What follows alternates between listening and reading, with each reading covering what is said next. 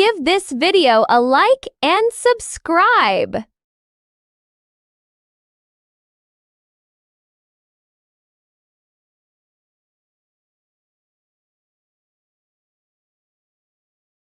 And we are live. Hello, everybody, and welcome to Honey Badger Radio. My name is Brian. I'm here with Allison, and this is Maintaining Frame.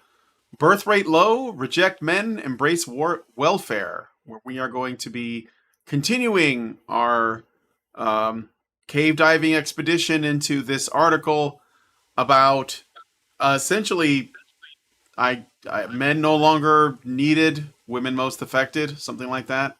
Is that kind of like? Well, essentially is the state of the art with the most pressing problem of our age, which is how to get the pandas to breed. I mean, the humans.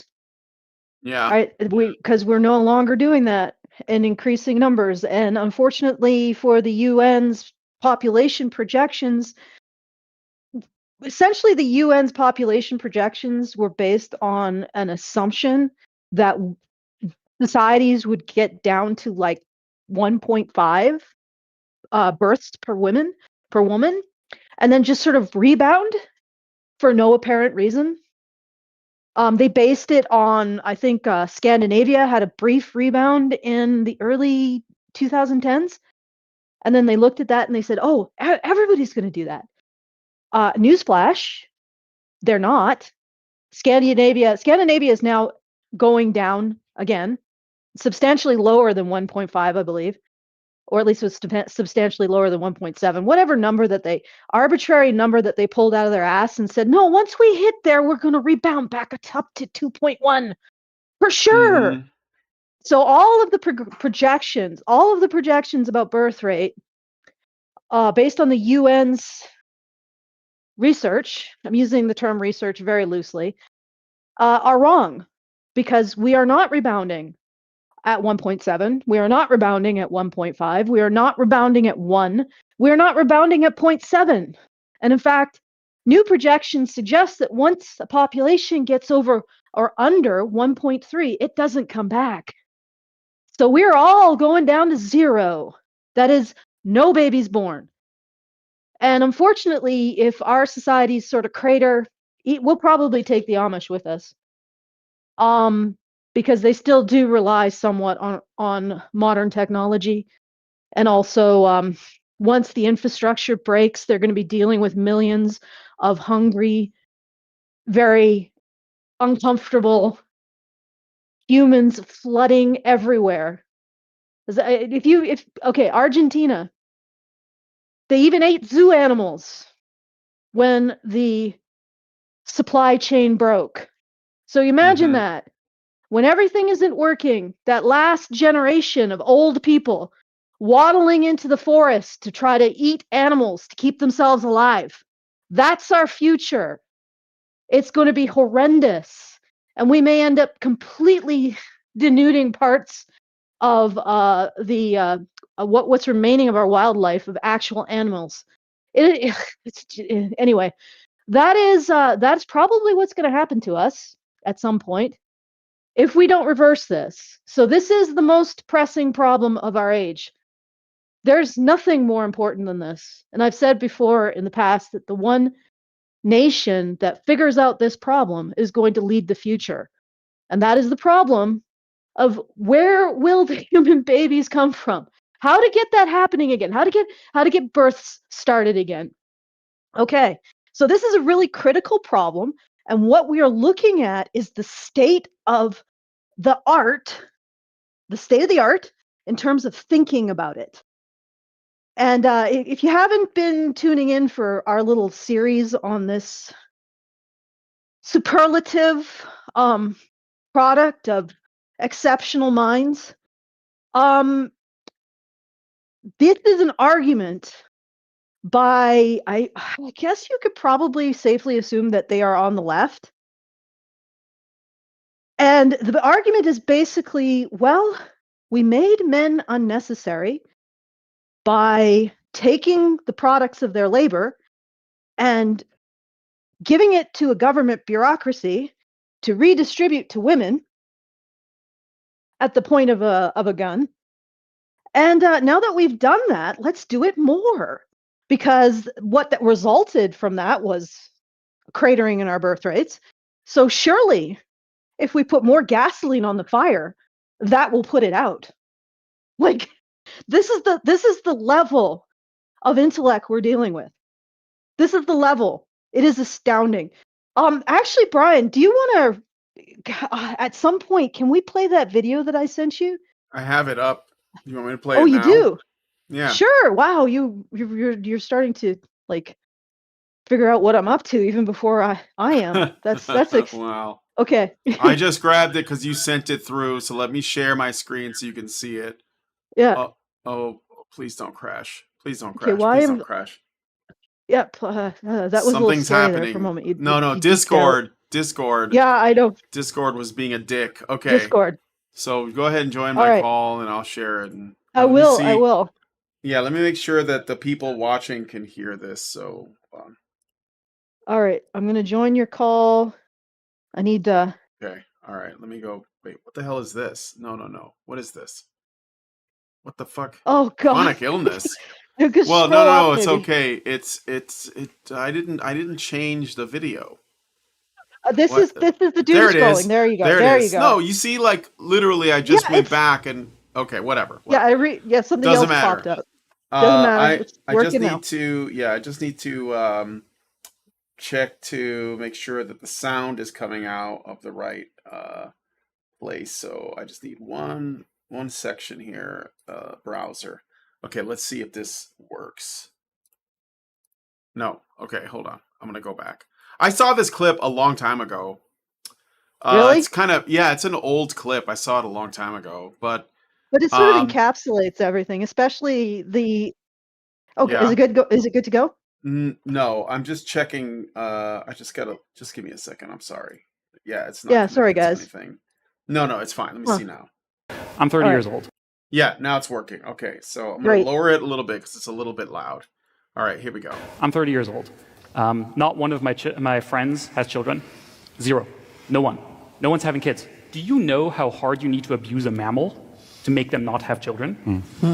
like for real. Like let's step here back a moment, right? Never thought of it that way. Yeah, look, GDP goes up. People have have enough food, and whatever. No one's having kids, and this is across the world. This is across both the West, the East, everywhere. It's happening. So there's a thing that happens, especially with like even younger than me. Like the kids are like 18 today. There's a huge problem where they don't dance. No one dances. They go to clubs and they don't dance. Why is this? Because you get recorded.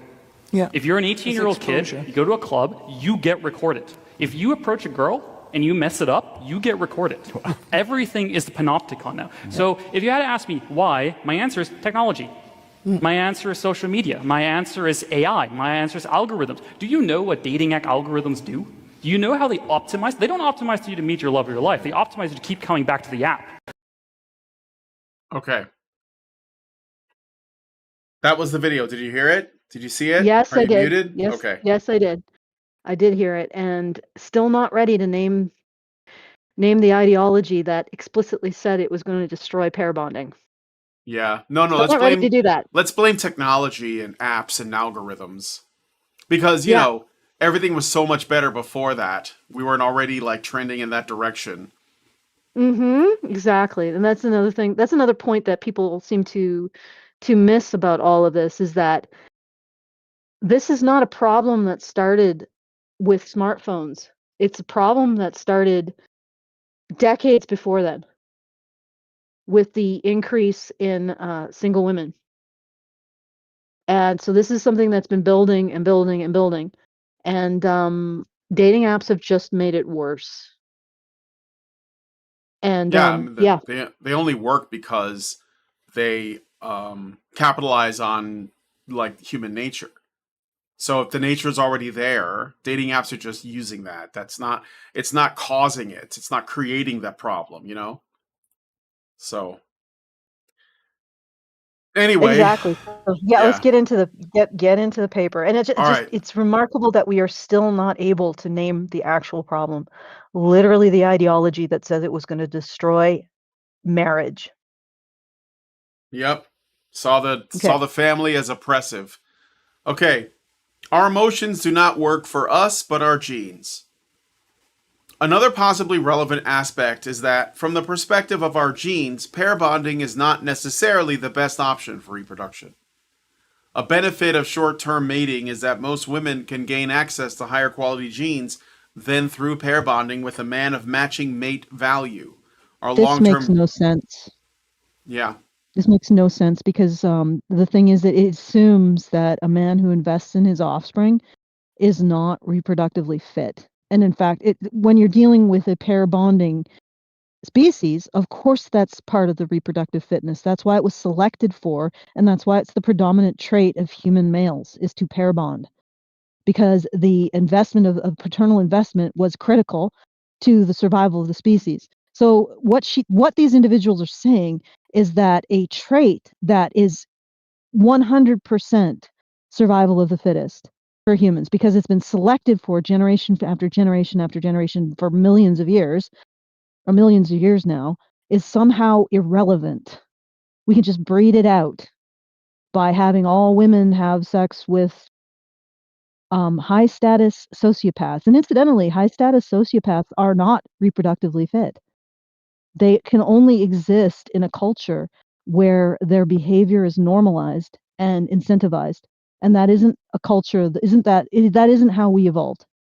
Right? These individuals are parasitic.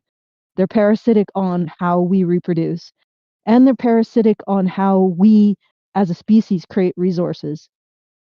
The men that this paper is suggesting women breed with are the men who will end up, like, their children would inherit a smoking crater. They would make the smoking crater. Yeah.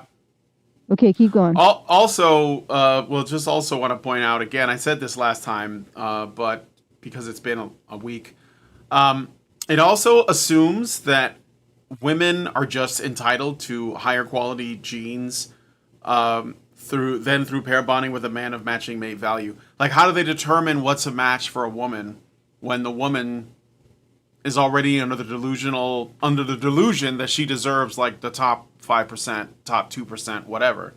So it's already it's operating from a false premise, is what I'm saying, or Yeah, at least an unaddressed one. yeah, that's an unaddressed one. Yes. Why do we assume that women deserve the top 5% of men? But the other thing Yeah. is that what are we defining as the top 5% of No, men? I got that part because that's what you already talked about, but I'm also adding to that to say, you know, not only are we not defining this well, but we're also just presuming that women know what that is and that it's automatically good. That's what it's assuming that women's choices are always right. So what women want is good because women chose it. That's why I'm saying, how do we know this is even a match, right? Because those women think so. So, anyway, our long term strategies evolve because more demanding offspring make biparental care increasingly beneficial. But short term mating remained an alternative conditional strategy. Even after our ancestors evolved the capacity for romantic love, if a woman experienced that no available partner offers sufficient benefit, her emotions could motivate her to opt for a higher value man unwilling to bond. Their offspring's mortality risk could increase some, but contributions from kin, especially maternal grandmothers, could help make single motherhood the better option, at least from the perspective of her genes. So No, this is basically it takes a village, is what the argument is here. no, But no. I walked through the logic here.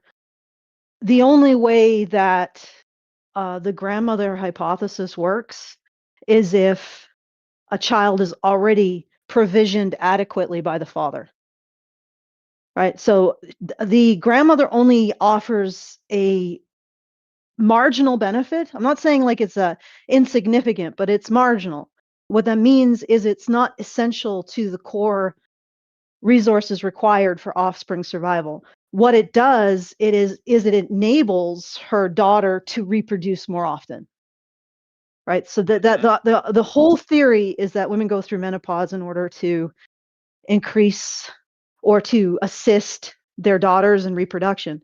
Well, yes, but in order for that to even play out, the children have to be have to have the resources already. So they have to be able to survive without the grandmother for that marginal benefit to even pan out as something that we evolved. And again, it's not, the benefit is not that the offspring are more likely to be have more resources, which is something they do, but the real benefit is that it increases the rate at which the daughter can reproduce. But again, increasing the rate assumes that each of those children are provisioned adequately for it to be a benefit. Because if you increase the rate of killing, having up dead grandchildren, that's not a benefit. And the other thing is that let's just walk through this logically. Let's walk through how we evolved. All right. Would a pregnant woman want to have the resources of an adult male human or the resources of a elder female in terms of which is more likely to result in surviving offspring? And the answer is, of course, an adult male. Once you get to the point where resources are essential, like more than the mother's resources are essential, the most likely counterparty is going to be the father, because he has the most direct investment, and also adult males by definition produce way more resources than elderly females. Okay, so this is on multiple levels, this is just ridiculous. Yep. And then the other thing is that we have a lot of evolved traits that suggest monogamy. For example, if we were promiscuous breeders like chimpanzees, male humans would look like vampires in terms of their canine size. The difference between a male human and a female human's canine size is in millimeters average, right? You would literally have orc tusks. Okay, guys, we don't have that. It's because the competition between men has decreased, which suggests monogamy. It could also maybe suggest polygamy, but no, actually, because you still have the competition between the alpha, the silverbacks.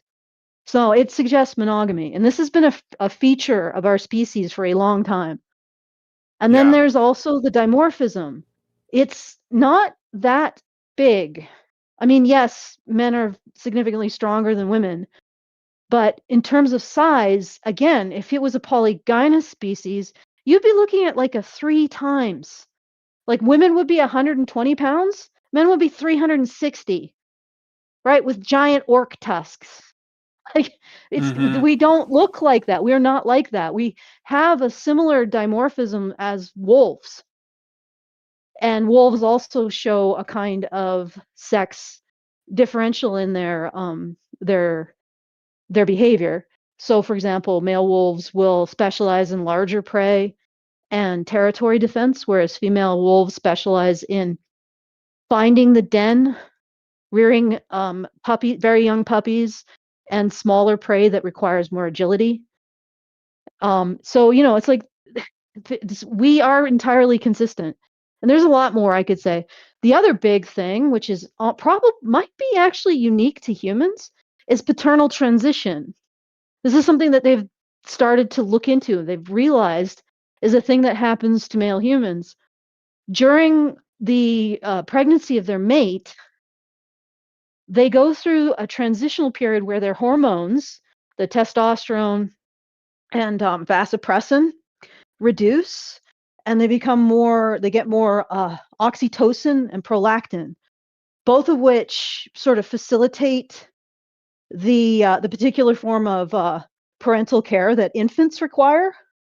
So men are literally primed for infant care when they become fathers.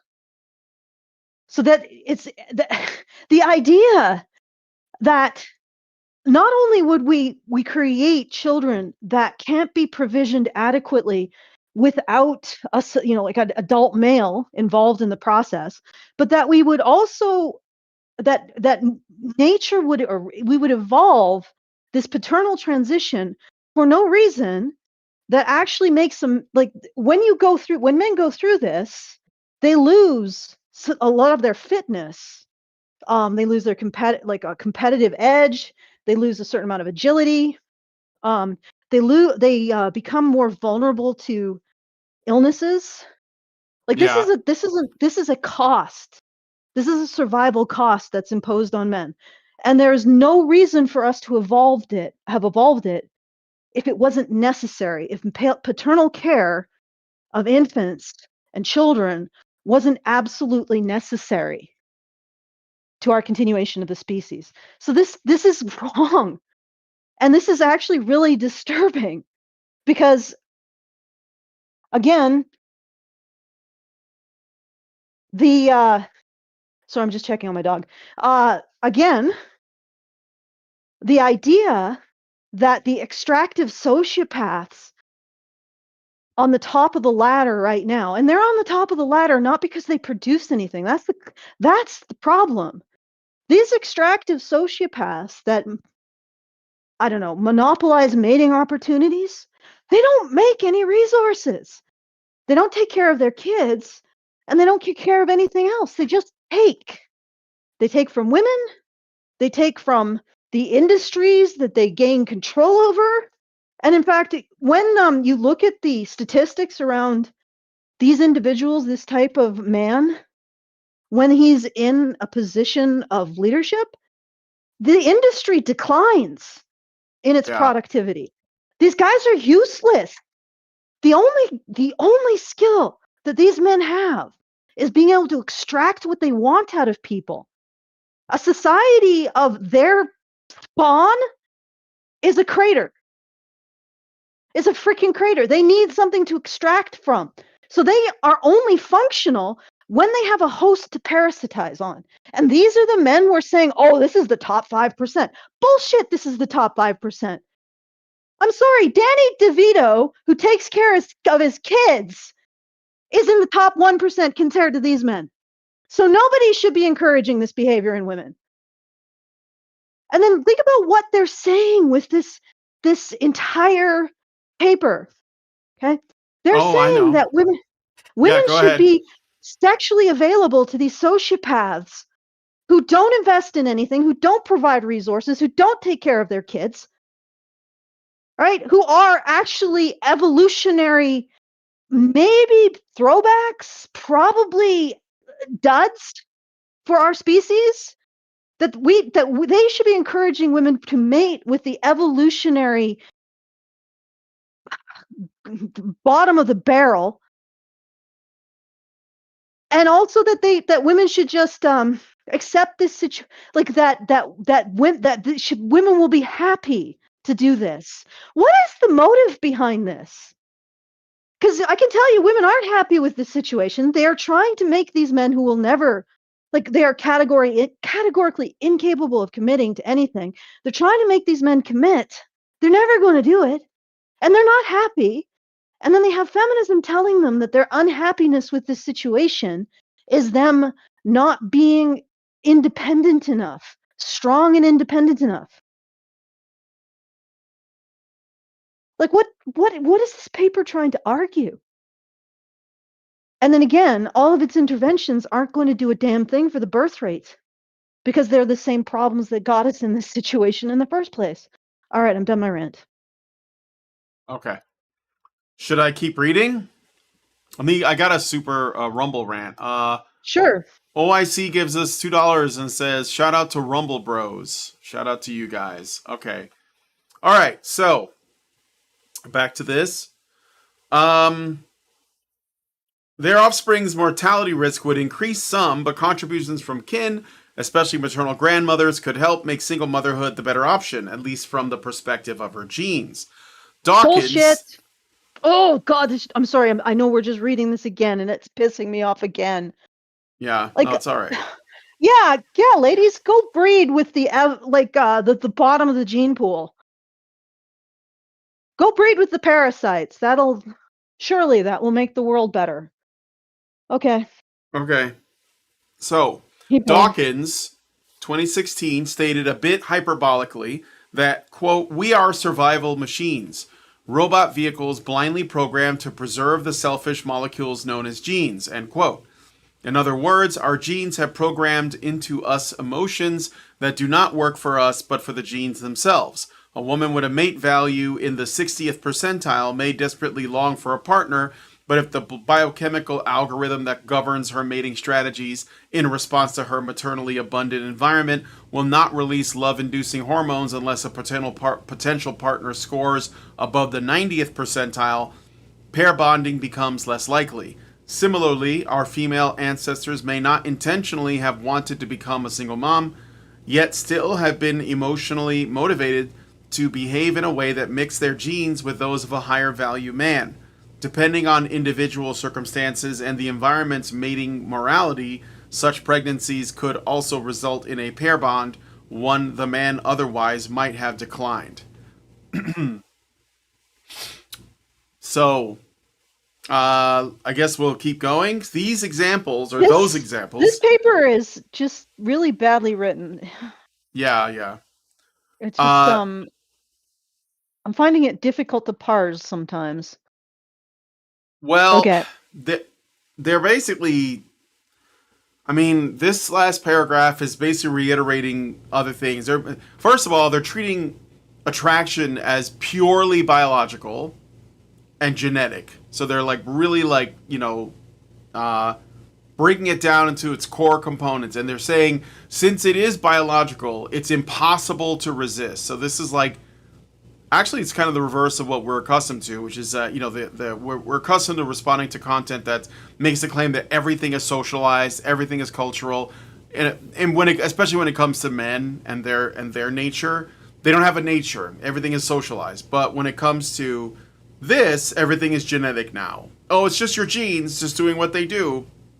It's nobody's fault that you want the top 1% of guys. We're just gonna have to get you access to that top 1% guy, and he doesn't have to stick around and pay for anything, but we'll make sure to charge the 90% of men, that are not getting any. We're going to use taxation to basically like get them to redistribute money to you so you can raise that child. And we'll also conscript the entire family or the entire community to help with that. Hence, grandmas or whatever. So, again, that works so well with the Black community. Yeah, well, that's actually literally was in the Black Lives Matter charter, right? We disrupt the nuclear family and the patriarchal norms and roles in favor of using a village to raise a child, involving mothers, grandmothers, and parents. Not fathers, not men. Parents doesn't means not men, basically. Yeah. So it's basically just taking that and then expanding it out to everybody. So this is like the plan for everybody. I mean, that's usually how you know what the plan is. You just look at what's happening in the black population and you basically extrapolate that. Oh yeah, they're going to do that to us. That's what they want for all of us. So anyway, these examples illustrate how short and long-term mating strategies should not be viewed as entirely separate pathways, facilitating either promiscuity or pair bonding, but as interacting in a complex ways to optimize reproductive outcomes. It can therefore be imprecise to interpret female dating app behavior, for instance, as a conscious shift from long to short-term mating. A more accurate framing could be that as many men's utility as long-term partners diminish, women increasingly shift from assortative to hypergamous mate choice, pursuing higher percentile men rather than similar percentile ones. So as we extract money from men and give it to women, the average man becomes less attractive. Yes. And that's something that's completely, like, again, nothing we can do about it. We're like, this is what the paper is claiming, that nothing can be done. This is pure genetics. Like, the economy is genetic, guys. It's a genetic economy. So yeah.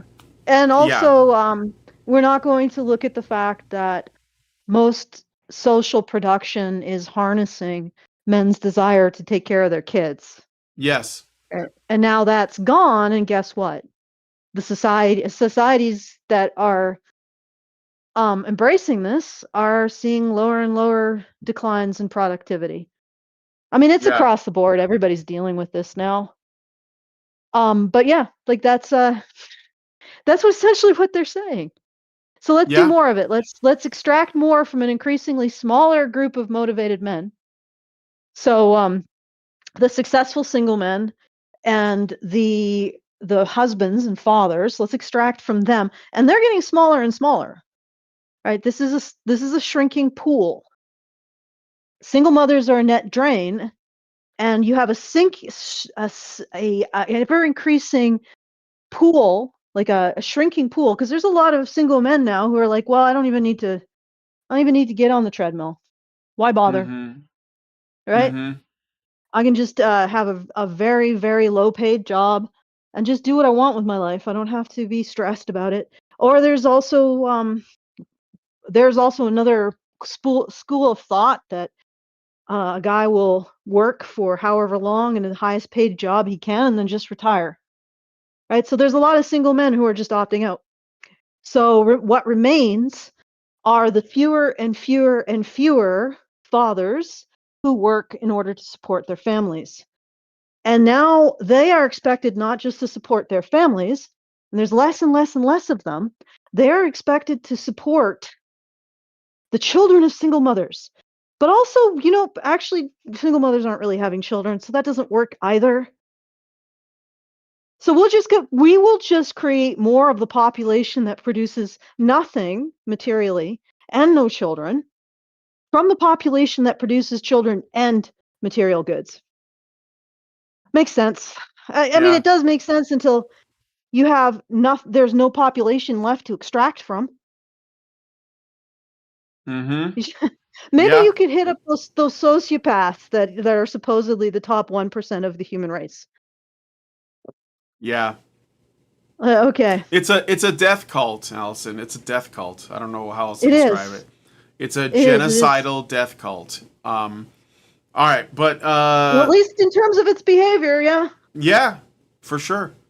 Okay, so I got another Rumble rant from OIC, and he gives us $1 and says, "This paper, ignore your intelligence. Also, ignore that your genes coded for intelligence. Only hormones and feels." All right, thank you for that. And we got people in the vertical chat that are confused. I guess you guys weren't ready for this conversation. No, So, not a lot of people are. This is a yeah, conversation that needs to be had, but nobody's prepared for, except us. We've been prepared for like 15 years. yep. We've been preparing for this very conversation.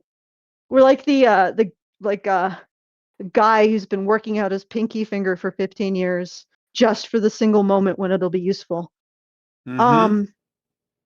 So yeah, that's if you guys are confused, essentially we're talking about the fact that everybody's waking up to the birth rate crisis. And we have the sacred ancient wisdom. And that sacred ancient wisdom is that the ideology that said it was going to destroy human marriage and human pair bonding, is responsible for destroying marriage and human pair bonding. I know that's just going to blow everyone's minds, eh? Yeah, Like I know yeah. you're hearing this Goals first are being here. accomplished. Yeah, you're probably hearing this first here, but we lay the blame for the destruction of the birth rate on the feet of the people who openly said that they were going to destroy marriage and human pair bonding. Because, again, children are downstream of men and women getting together and forming relationships. This is something that we forgot as a culture. And now we are remembering it, or at least we're trying to avoid remembering it, which is almost like remembering it. Mm-hmm. Okay, do you want to read some more? Yeah, let's read some more. Okay. This perspective also clarifies contemporary women's heightened emphasis on good genes indicators. Why it does not mean a widespread preference for lifelong casual sex or family formation. Instead, as individual women have raised their minimum standards for long-term partners, the aggregated threshold for acceptable mate value now exceeds what men can collectively offer, creating a structural mismatch that leaves a family formation increasingly unattainable.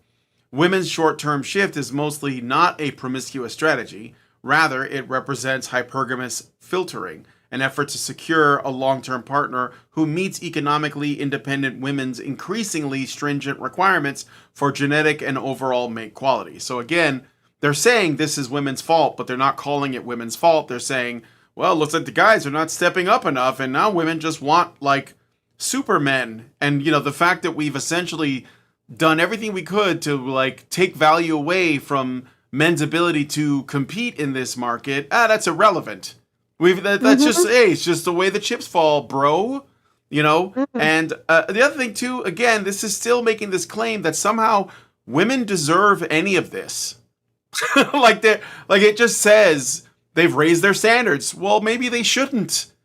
Like, why are their standards so high? Like, it's really, like, what are they bringing to the relationship? Tens of thousands of dollars of college debt, credit card debt, probably like all kinds of daddy issues and whatnot. How are they in any position to negotiate for like the highest possible quality guy? And that this paper doesn't even recognize that as a potential factor. They're just like, well, looks like women are just asking for more. And there's nothing about what men are asking for. That's not even on the table. It's not even a question. So yeah. Well, but and also, okay, women are asking for more. Okay, they're not getting it. Right? You can ask for whatever you want. Now, I could ask for a unicorn. I'm probably not going to get it. Okay? So, sure, women can ask for the top 5% of men, but nobody gets them then. Right? You either if you're a man who's in the top 5%, you either marry young or you end up being fought over by 95% of women or 100% of women. And I don't want to say you have no reason to settle down, but it becomes very difficult, especially when the dating landscape is slanted in such a way that the minute even a top 5% man settles down, he loses the ability to command the interest of his female partner. Because once he becomes available to her, he's available to her, and that he loses that ability to induce fear of missing out.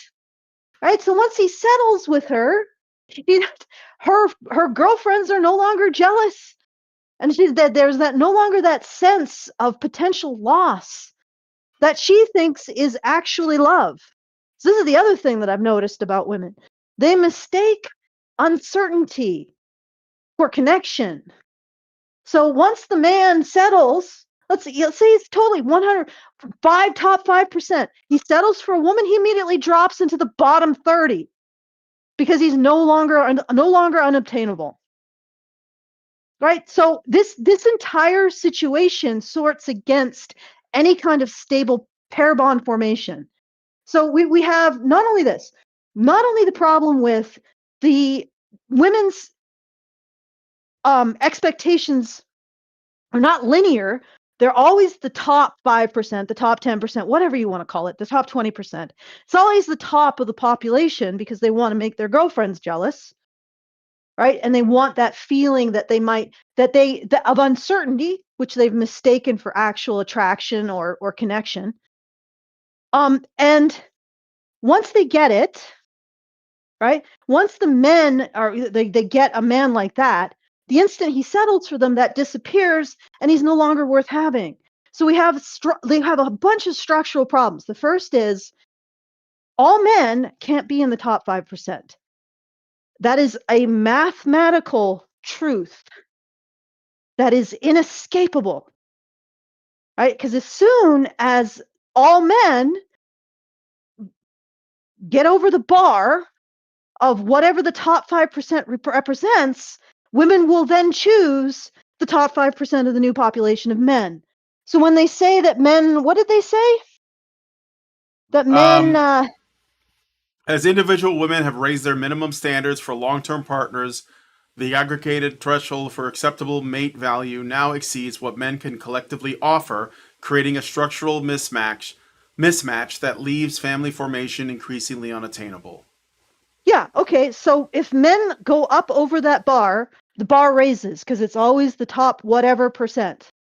But here's the other problem. which makes it's a compounding structural problem. Even a man in the top 5% loses his value as soon as he commits.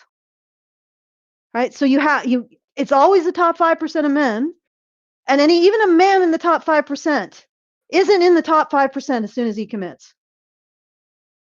He loses his value. Because the way that women look at relationships now, and this is what I'm judging from the women, how they talk about it, is they misunderstand what love and companionship is. They mistake it for fear of missing out and uncertainty, and also possibly love bombing by sociopaths and the emotional whiplash of being in a relationship with a sociopath. That this is what they think love is. This is what they think a relationship is. And this is why I balk in saying that women have raised their standards. I don't look at that and see a raised standard. I look at that and see a massively devaluated human being. Right? Because what is the benefit? What is the benefit of being on a roster of a sociopath's Rolodex? What's the benefit to you? And I can see how women are bending over backwards to tolerate this, and feminism gets them to metabolize it as being strong and independent. But all they are is some jackass's booty call. No man is going to show up for them. No man shows up for them. They don't want the men who would show up for them. They don't want the men who would actually choose them as a life partner. To me, that smacks of insecurity. That smacks of lowering your sense of self. Lowering what you expect. Okay. Shall we continue? Yeah.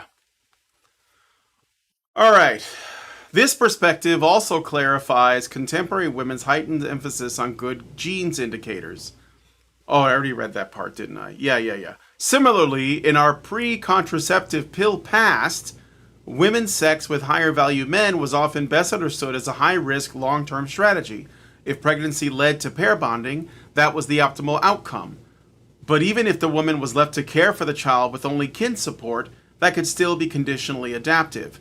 Such an offspring, especially in environments where women place high value on gene quality, could have greater reproductive success than an offspring with two parents but lower mate value. No. Keep going. Finish it off. The fact that a single mother might struggle more without the support of a partner would not be of primary importance to her genes. Of course, it would be of genes are all primary that importance matters, to her right? genes. Well, it's not. It doesn't even make sense on its face. Yeah. Right. The only reason why we would be structured this way is if men were essential for the men's resources were essential for the raising of their offspring. And this is ridiculous. Even if the woman was left to care for the child with only kin support, that could still be conditionally adaptive. That's a lot of ifs. Like they're literally looking. And the other thing is, if this was the case, then we would have selected against paternal provisioning. Okay? Like we would have selected against it. Like women would be able to provision their offspring, and they're not. Like a woman in the wild with an infant is dead. Both are dead. I mean, hell, it's hard enough for a man with a woman and an infant to survive. Right? It's hard enough for a family to survive. And now they're saying, oh yeah, she can just wander to the savannah with a squalling infant. Yeah, she can be taken care of by the lions pretty quick. This is ridiculous. You just have to walk it through logically. Anyway. Yeah, I got a super chow Cool. and a rumble rant. I didn't even do the things. No, you kind of launched into a massive rant. But let me read it out first. Okay, Great Endorse gave us $5 and said, the late Dr. Jane Goodall would be overjoyed at this news of falling human populace. After all, Dr. Goodall identified human population growth as one of the three foundational threats to planetary survival. She advocates for tackling overpopulation entirely through non-coercive measures, emphasizing that empowering women and improving female education are the most effective ways to lower birth rates globally. Well, she wasn't wrong about their effectiveness. But it is strange how, in hindsight, they don't credit any credit for it. I guess you mean don't give her any credit for it. All too eager to point instead to social media, AI, smartphones, androids perhaps, Donna Haraway. Feminists are always too humble about their real world achievements. Don't you agree? I think that a lot of it has to do with the fact that most people buy into some baseline ideas that would have to be questioned, like, you know, like whether or not education for women was a mistake, or at least in the way that it was done. All that stuff that you just said about Dr. Goodall and what, you know, she promoted, which happened and is having this effect right now. A lot of people, like the guy at that video that we showed at the beginning of the show, but a lot of people would be like, well, I'm not going to go there because, again, they don't want to be seen as sexist towards women or going backwards or something. And again, we don't have to do any of that. We could just be asking the question, but they don't want to have to ask the question. It's too scary for people. So it's a scary question. Yeah. All right, let's read it. Oh wait, I'll do the thing. I got another one. Roboto 1234567 on Rumble gave us $1 and said, "Is there ever an end to female competition, as marriage doesn't seem to end it? Blaming dating sites that put the advantage in the female sphere, not against it. Third, you seem to have a solid marriage." Okay. Well, I mean, Who? I don't know who you're talking to. No, we're not married. I have a wife, separate. I have Allison a husband. has a husband, separate.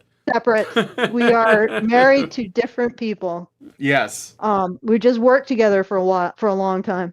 Okay, so we gotta do the things. March. Yeah. All right. So if you would like to send a message, please go to feedthebadger.com/justthetip.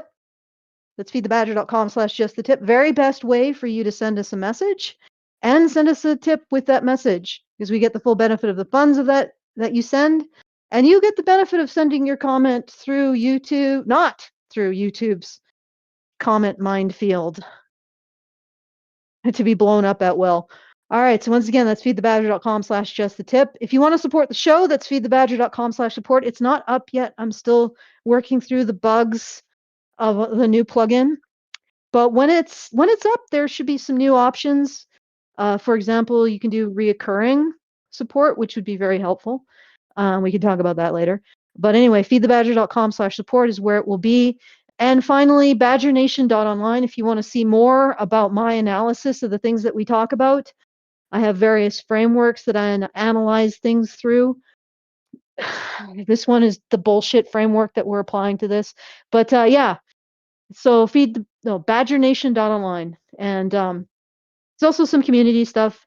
You can talk with us or talk with the fellow members, fellow travelers of the Badger Nation. All right, so those are the options. And please do put through those super chows.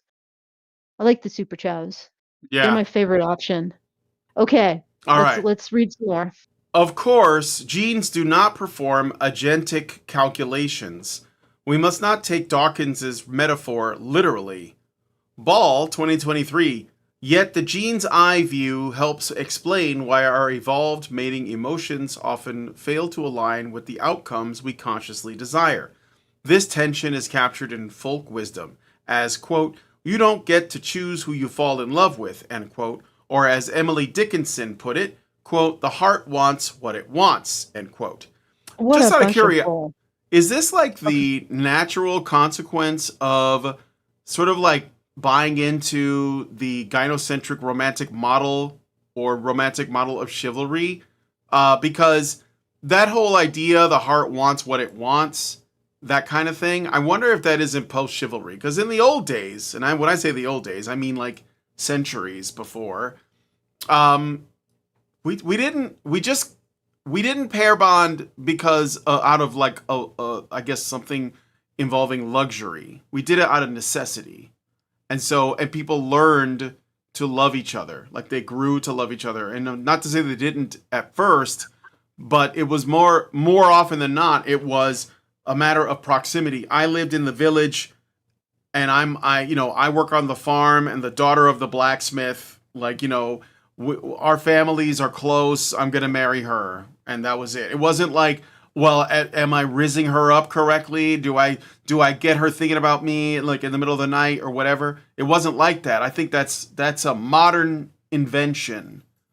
I wonder about that because it seems like it's getting to the point now where they're like, well, since love, which most people don't seem to be able to define anyways, especially the people who wrote this article or this paper, since love is something that we can't really define and it just sort of happens, and it just so happens that women looking for mates are not even selecting for love per se. They're just like, well, that guy makes good money, or that guy can make me feel safe, or whatever. And Or so he they'll fucked good. Or he fucked good. or he dick me down good, and they'll just be like, well, that's love then, and you deserve that, and you should get that, instead of thinking what it's still doing this. It's completely gynocentric, is what I'm saying. It's completely deferent, incomplete deference to women's approval. Like the whole thing is written like, well, whatever the woman wants, she gets. What the heart wants, it wants, right? That doesn't apply to men in this. That doesn't apply to men though in any of this stuff, because if it did, then they would have to address the overwhelming majority of men that this article or this paper is recognizing will get left behind. They're recognizing the overwhelming majority of men are not going to reproduce. So apparently the heart wants what it wants, but not when it's men. Because most people want a pair bond. And this paper assumes that women don't. They want to be able to just, have a fling if they want to. And if they are going to pair bond, they deserve the highest quality man they can get. And men, well, they just get what they get. Like nobody cares. So yeah. Well, I will have maybe something to say that would be different. I think that I think there is a place for romantic love.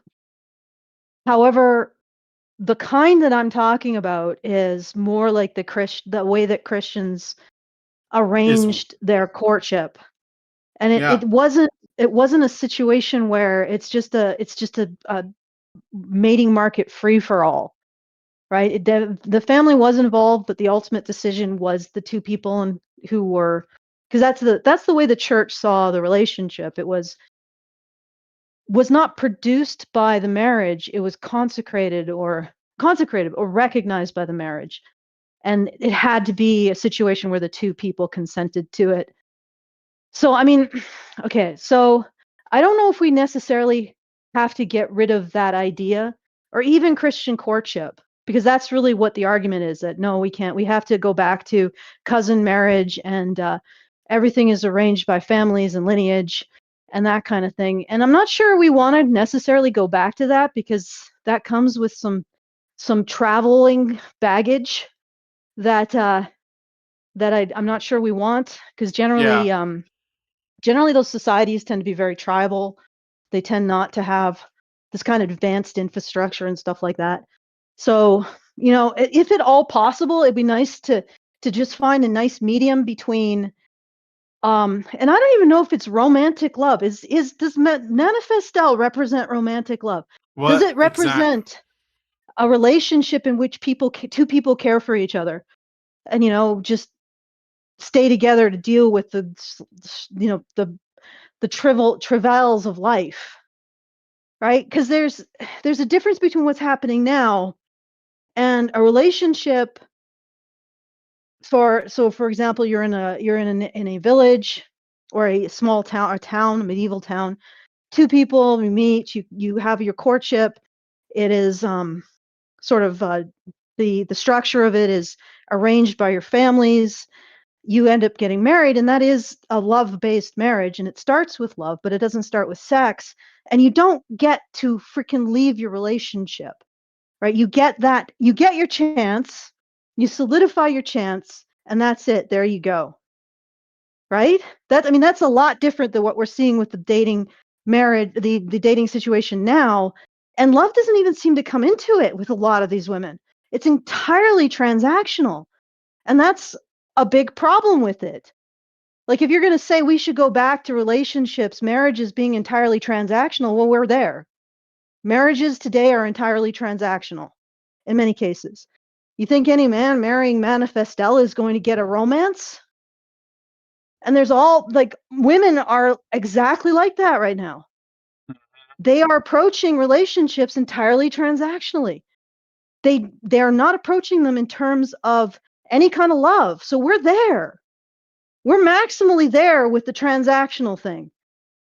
Okay? Women are no longer interested in have and to hold through sickness and in health, for richer or for poorer. They're entirely interested in, can you pay off my student debt, right? Will you tolerate me slipping out on Friday night to the guy who do he fuck good, right? Like this kind of stuff. It's entirely transactional now. So I don't know, like if you're going to say that romantic love is the problem that I see is that it's entirely transactional. In fact, it's not even transactional. It's one way. It's parasitic, but it's coarse and callously parasitic on the part of women. They no longer want or believe that love is a good thing. Now they want his bag and her bag too. Okay, do you get what I'm saying? Mm-hmm. Like I feel like there's a middle ground here between saying that loving your partner is the problem and between regarding romantic love to being the problem and middle ground between cousin marriage, romantic love, and what we're seeing now, which is purely transactional and everything excused by what women supposedly want. Except again, I'm going to point out that when they say the heart wants what it wants, they're encouraging women to live in Cold Wars, in a Cold War state with a sociopath, orbiting a sociopath. Yeah. That's not love. It is transactional, but he's the one extracting. And it's not marriage. It's just it's just a species whose birth rate is cratering. That's what it is. But anyway, I'm like really thinking that there has to be a happy medium between everything is arranged by the family and we can do the Christian type courtship thing, right? And then also what we have now is not actually romantic love. Like there's nothing romantic about what these women are doing. There's no sense that they are offering anything loving, Yeah. and there's no sense that they even care about being loved by a man. I mean, there is a sense that they care about being loved by a man, but not sufficient to actually challenge whatever is keeping them in orbit around a sociopath rather than finding a man who will commit to them. I don't know. Maybe I'm just confused. Just put that out there. Maybe people can figure it out. Okay. All right. Maybe you can figure it out, Brian. I got a rumble rant. No, I mean like a third way. Yeah. Well, I mean, I think that I think that the way we've been doing things, not with the dating apps and stuff, but the way we were doing things before, we should just like go with what works. Is all I'm saying. Like, and look, there are people who still make it work. There are people who get married and stay married, like you and me. And I wouldn't consider my situation to be particularly like ultra trad orthodox or anything, but like it works. But but the problem is that it's not even entertained right now by like the people who are writing these papers, by our intellectual betters, by the anointed. They're based like they know what's look, I don't think these people are dumb. I think they know what they're doing. They're doing it on purpose. And now that we're at this point, they're basically just saying, well, we're already halfway to the end of everything. Let's just keep going. We'll make robots that will raise your kids or something. We have a plan. Someone will rise. Something will happen. It will work out. We will get to the end of history and there'll be like a real truth that is unfolded. But right now, we just got to power through it. And there's going to be some pain and suffering. There's going to be some people who are not going to make it, but it's a sacrifice that we are willing to make. And I think that's what's going on. Like they're tanking the population Probably because they think that the earth is more important than the people who live on it. As well, not them, but other people, you know. Mm-hmm. Yeah. So, Okay, I think I have another way of pointing it. I all think right. this dismissal of, and again, really have to pin down what is defined by romantic love. My definition I'm using is just the bond between a man and woman, the desire, like basically a pair bond, right? So, and a freely chosen pair bond. So in other words, the two choose it. It's not necessarily chosen for them, which is the big innovation, the big Christian innovation, although there were probably societies like Rome that did it before them, but it was that making that kind of a part of the sacrament, that the man and the woman have to consent to it. So that would be what I would term romantic love. But there were expectations placed. Like you got your chance, you got your courtship, you found your partner, and then that was it. Right? You didn't shop, at least outside of the courtship phase, which could be protracted, but once you settle down, that was it. Now you are married. The end. And that was a critical part of it. There was no like divorce unless there was something extreme going on. You got your chance, you settled with it, and you moved on with your life. So that would be the way that I would I don't know if that's is that characterized as romantic love? But just basically the idea that it's the church that consecrates the relationship. It doesn't No. create it. No, Right? and That there I wouldn't think of it like that. I think that that's like a different kind of love. Like romantic love, I think that it's easier to summarize as simple infatuation. That, mm-hmm. but like a real love is not that. Like what this is the thing. What this article is referring to in terms of female mating preferences is simply like what makes them tingle in the nether regions. What is an infatuation, and they're not calling it that. And so what that's why like the magic goes away, because they're getting involved with a guy, based for very base primal reasons, lustful reasons, to be honest. I don't think that that's, I mean, that's what we call romantic love now, but I don't think it is love. I think it's just infatuation. It's lust, in the moment. And what this Yeah. paper is trying to do is say, well, lust is basically love. It's just the genes. It's just the genes. It's just biology happening. And on anything that may come as a unfortunate side effect of acting on your lustful impulses because you saw someone that looked good to you in the moment. Yeah, when they say, oh, if that resulted in a pregnancy, then, hey, maybe the guy doesn't stick around. Maybe he does. If he doesn't, then, you have like your family. It'll be okay. Like it's very, and it's, somebody in the vertical chat, I think it was in the vertical chat, said, I'm going to read it because it's exactly what we've been saying. Let me see. Where was it? Where was it? It was something about the. While you Do find they? it, I can just Where get the in hell is here it? and I I just can I saw can it sort like a of. second ago. Go ahead. All right. So yeah, I mean, so we'd have to sort of qualify our terms. What is romantic love? Is it lust versus, you know, philia Infatuation. plus desire? I mean, because there's a certain Yeah. amount of sexual desire with male and female Oh, humans, for which I don't think you're sure. going to get rid of. But is it based on the relationship? Because I remember listening to a priest talk about this, or pastor, and for a long time I didn't quite understand what he was getting at. But he was talked about the difference between desire based on lust and desire based on love.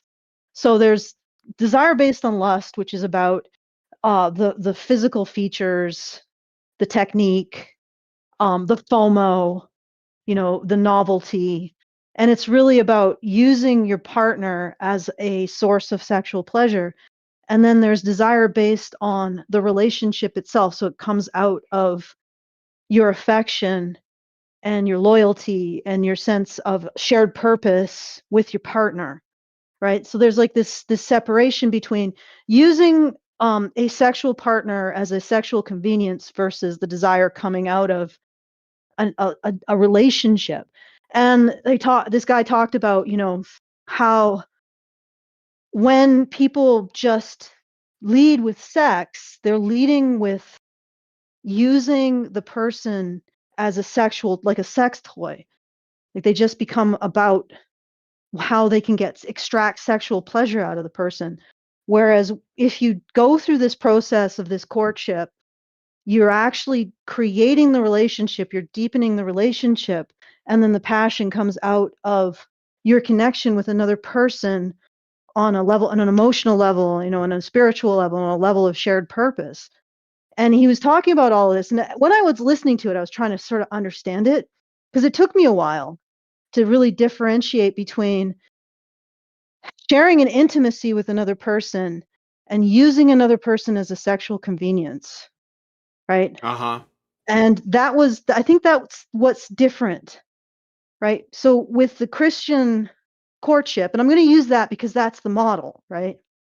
That is the original model. That is probably a big part of what sold Christianity to everybody in Europe and Sure. around the world, is that Christian courtship, right? It's about having the relationship and then the desire emerging out of that connection between two people on an emotional and a spiritual. And yeah, they probably were physically attracted to each other, but they waited for the rest of the things to sort of build up before something happened, before they had their honeymoon, right?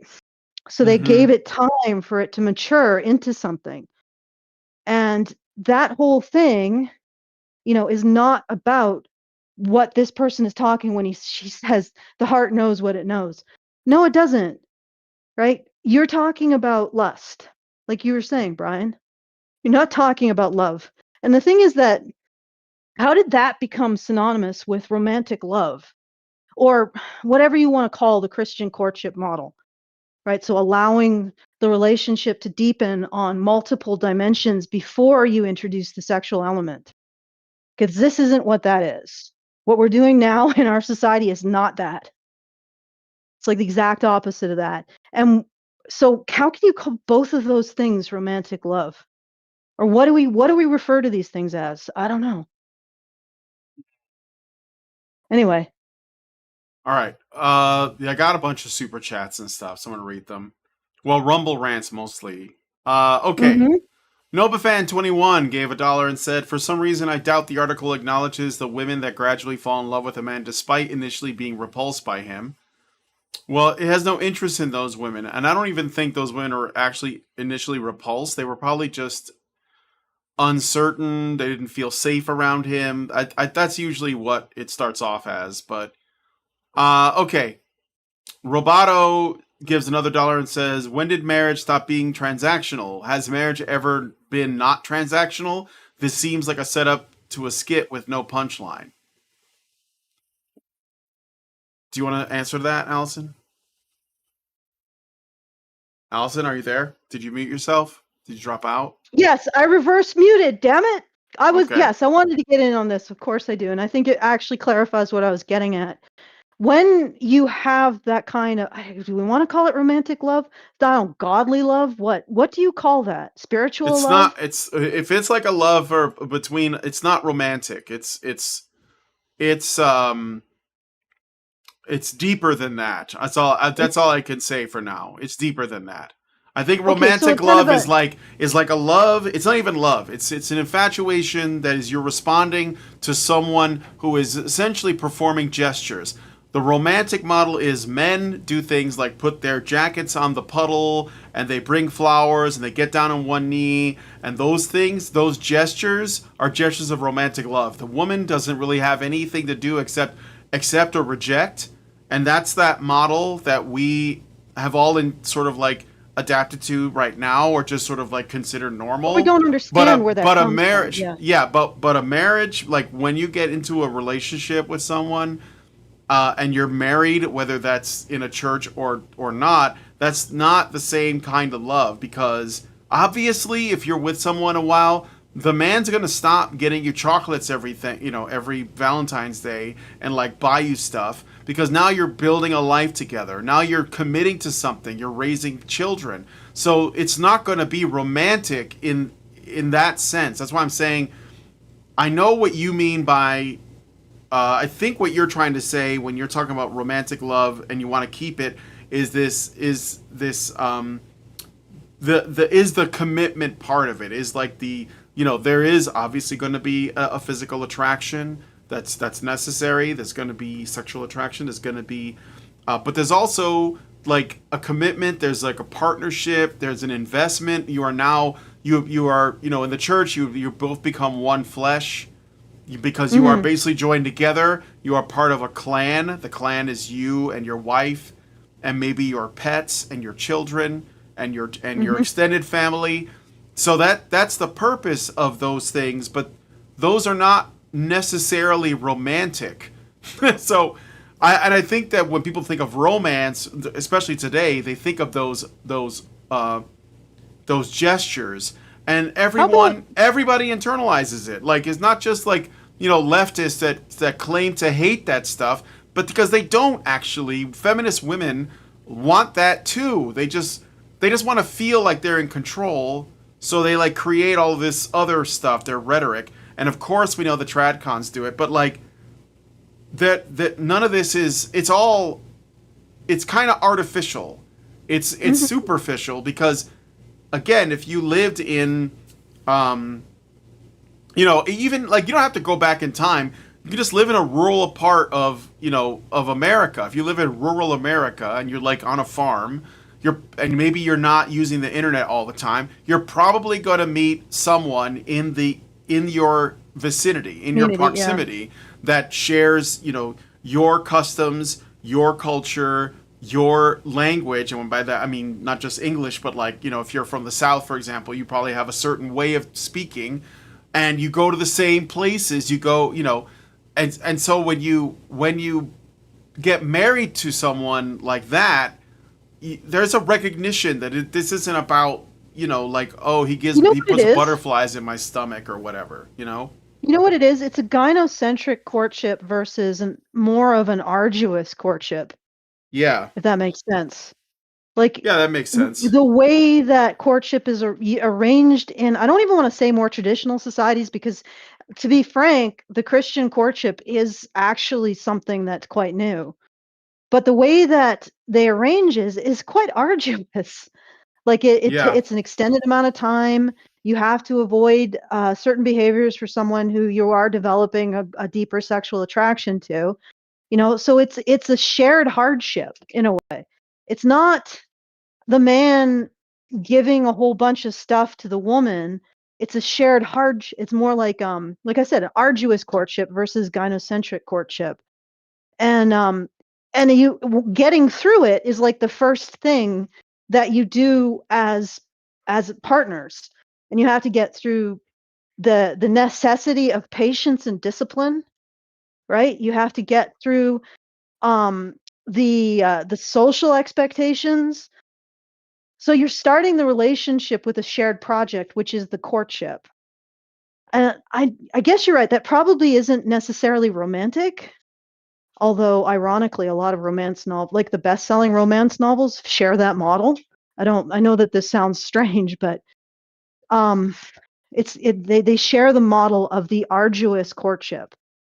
The courtship that demands something from you, that expects something from you, expects discipline and patience, right? As opposed to what we have now, which is this kind of empty, fatuous, gynocentric signaling where men provide stuff for women.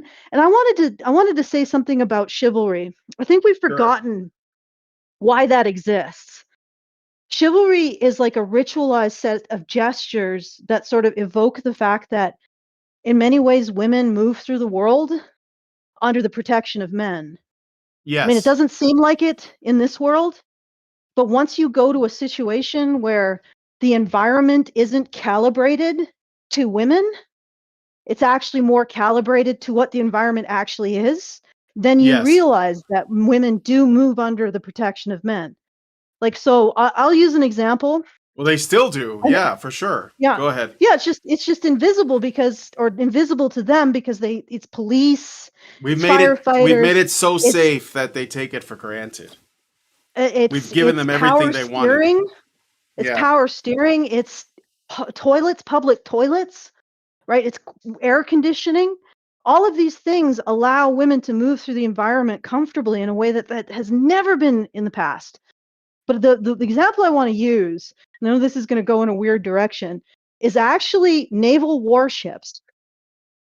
Because they had this big drive to get women into warships in the West.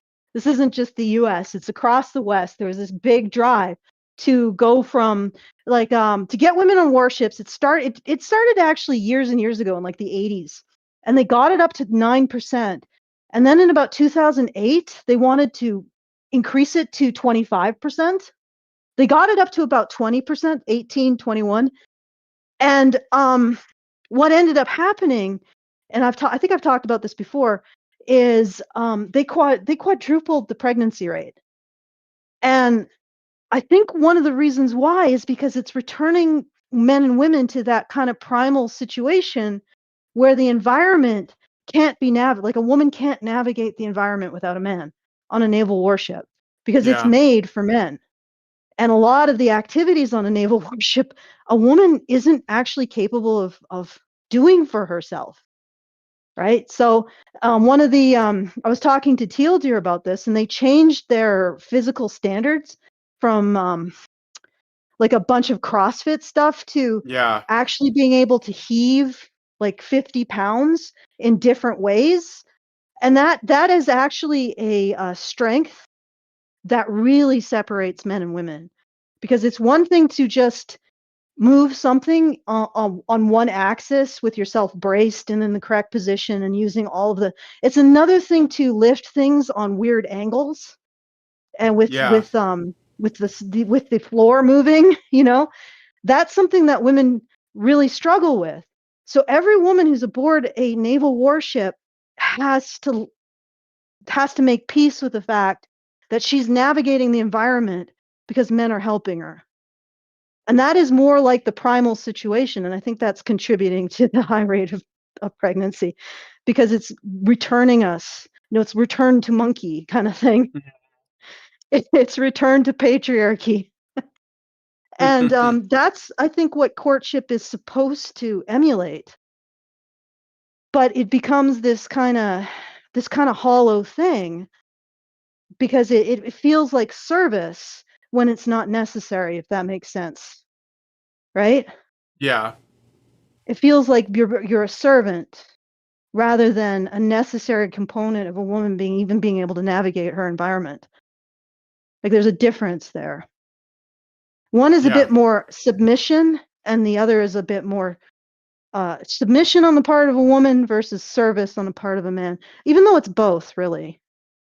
And so I just wanted to point that out. Like I think, and again, there's kind of an arduousness to the naval warship lifestyle, shall we say, that that I think evokes the more primal situation that men and women would have been in. And I honestly think that men are quite happy to occupy that role. Like it's more satisfying for them to Yeah. occupy the role of protector and provider. I know that might be sacrilegious, but when it's acknowledged, when that reality is acknowledged, that a woman's ability to navigate the landscape or her environment is contingent on a man's strength, I think there's a certain amount of satisfaction for both parties, if I may be so bold. Okay, All right. let's continue. I got more super chows or super chats or whatever. Rumble rant. NobaFan21 gives $1 and says, I'm still laughing at the article's false dichotomy of reducing women's freedoms to regain a stable society. Guys will enjoy AI waifus, so the quote-unquote incels still be winning against feminists. I don't think they're going to be reducing women's freedoms. At least the goal is not that, because that's the thing that the primary impetus for writing this article is that they want to, and basically we have to do anything except women getting married, because that's oppression. So they're trying to liberate women even more by basically having women allowing them to be part of a harem, which they're fine with, probably. No, they're not. Well, no, they're not fine with it. That's the funny thing. They're trying to make them fine with it. They're trying to say, Yeah. well, being part of an harem is being strong and independent. And these women are Yes. not happy with it because I'm going to be frank. This is completely unnatural. If you require an entire like space age pharmacy in order to not have to deal with the consequences of your actions, and you need an entire freaking advanced bureaucracy to fund your lifestyle, that ain't a natural lifestyle. Okay? Like if you need surgical interventions periodically to make your lifestyle livable, that isn't natural. Nothing about the way women are living right now is natural, is normal. And their behavior is completely dysfunctional, which suggests that they're not happy with it either. So to say, oh yeah, they're happy with this harem, this is what they're trying to do. They're trying to say it's what their hearts want. That's bullshit. It's not. The problem here is, again, the underselling of men as partners, like the destruction of the mate value of the average male, right? Take away that. Take away a $1 trillion industry telling women, like worm tongue, whispering in women's ear about the evils of men and how awful they are and how it's the worst thing ever to commit to one, right? You get rid of that, maybe we'll see some different behaviors from women. And then also maybe put them through like the metal girl guides, female initiation at puberty or whatever to get that V1A cross activation going on, and then we'll see a different type of woman. So I don't think they're happy with it. If they were, they wouldn't be putting themselves into pretzels trying to cope with their reality, nor would they be gobbling SSRIs like nobody's business. Like that's the thing. You need pharmacy to keep yourself from getting pregnant. You need abortion if you do get pregnant. You need an entire advanced bureaucracy to fund your lifestyle. And you need SSRIs to deal with the latent misery of everything you're doing to yourself. That's not an animal that's happy. And not just that, the rate of births among single women is in free fall.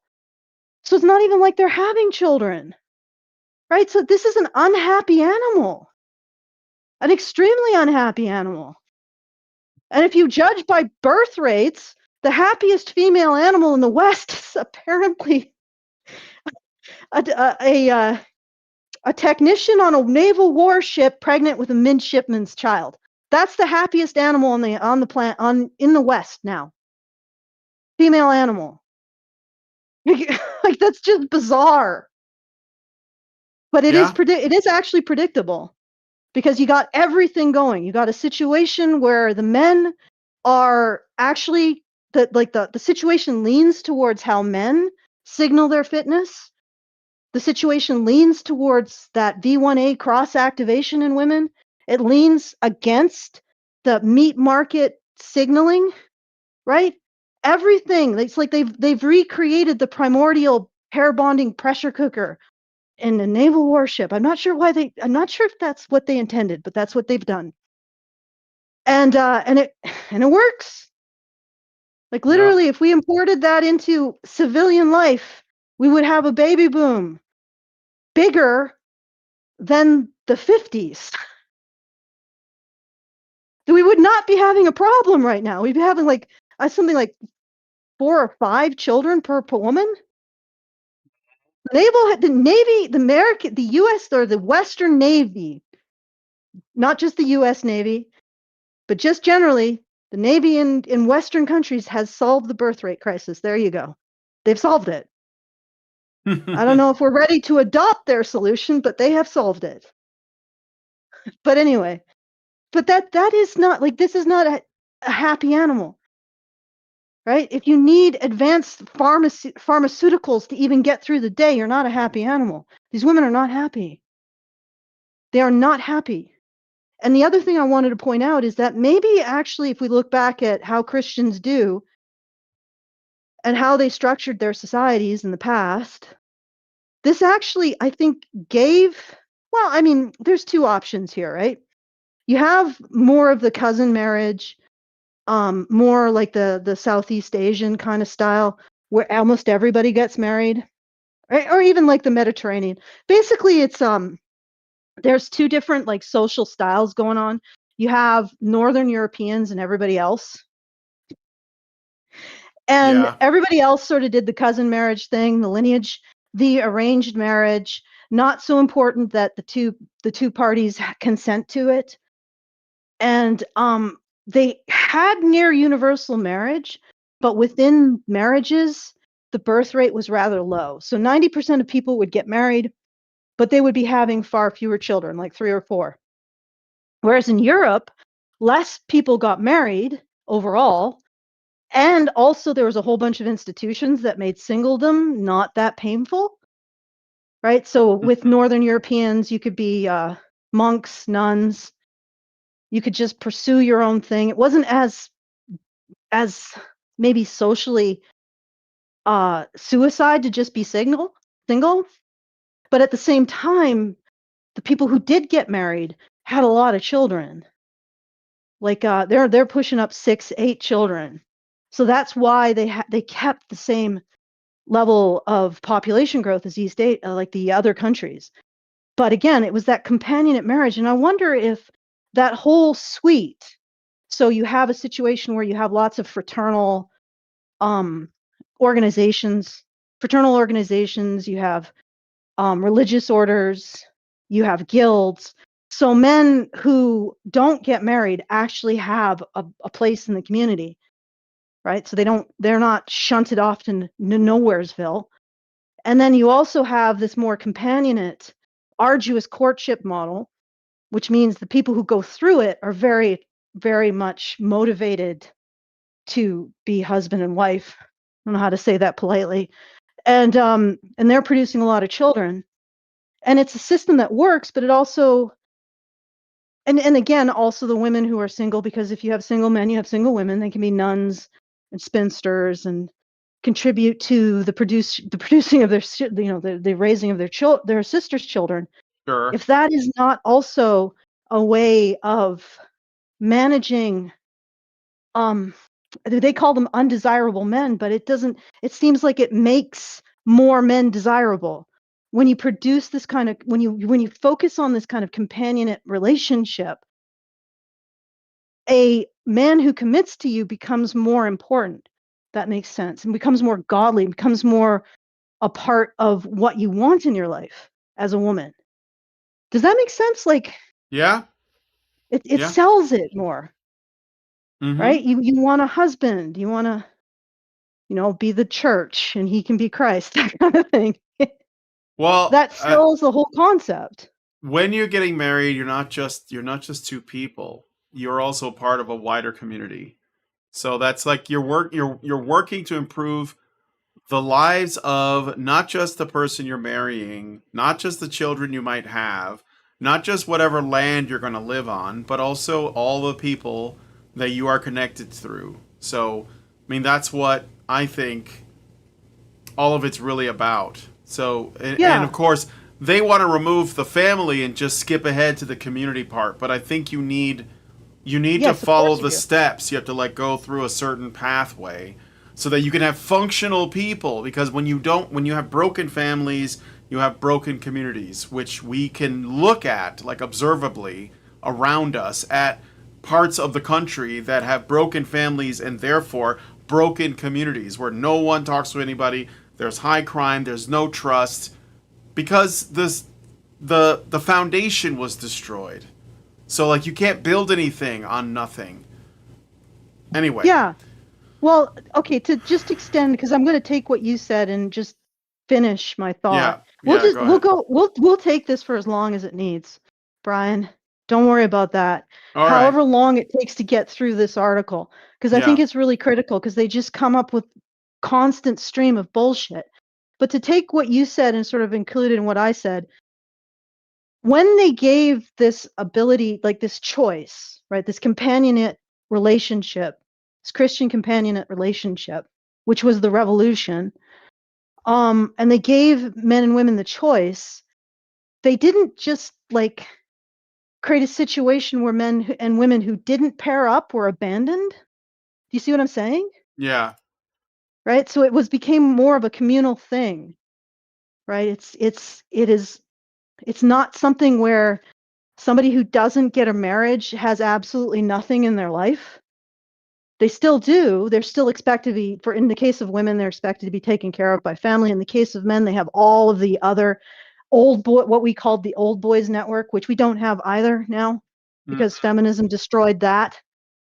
Right. So you had all the Freemasons, and it wouldn't be necessarily Freemasons, but like the fraternal orders, the religious orders, the guilds and everything. So there was a place, and that allowed this emphasis on choice to not be toxic. And I think what we've done now is we've elevated women's choice to this kind of central pillar of everything. So everything has to serve women's choice. Yeah. And it's there. So there's absolutely no place where men can land, like have a safe landing, if they're not chosen. Okay, so and then we're making this worse and worse and worse. So we get rid of all of the fraternal organizations that men would have had a place in, because feminists won't allow that. And then we don't even allow men who aren't chosen to even feel like they're human. We call them incels. Right? So we're just progressively shitting all over men because they haven't been chosen by women. Now that's completely different than an emphasis on a companionate marriage with attendant social structures that give men who aren't chosen a place to be. Do you see what I'm saying? Like to still have social value, right? To still feel like they contribute to a community. Anyway, it is a clusterfuck. Let's continue with the article, which is also a clusterfuck. Yeah. All right. Oh, I got more super chat. I should read the rest of these and then we'll get to it. It's just two more. So a super chat from Mario Trujillo, who gives us $10. Thank you, Mario. Appreciate it. Good news, everyone. Says, from childhood, women are told on both sides they are the special ones. For left, it's the strong woman narrative, while right, it has a self-deleting chivalry mentality. It sucks, but that's what I've seen. No, that's true. Yeah, 100%. And everybody, this is what I'm saying. Like, it's not even that the right says something different. They also tell women that they're strong because to some degree, everyone has internalized the feminist narrative about women. Everybody. Just about. So it's not even, I'm not going to go there, but all I'll say is that everyone in the modern world is a little feminist. Okay? And they all go along with the strong woman thing. That's all. Which is funny because they don't really lionize what I would consider strong women. They lionize dysregulated women. Yeah. Right? Women who are villainous and evil. I would say that it would be fine to lionize strong women. It's probably why we're still here. But they should actually be strong women. Yeah, they should actually be strong women. Not just every woman. Yeah. You know, they should be held to a standard of behavior. They should have an external code, right? They should be strong, not just dysregulated and violent and aggressive.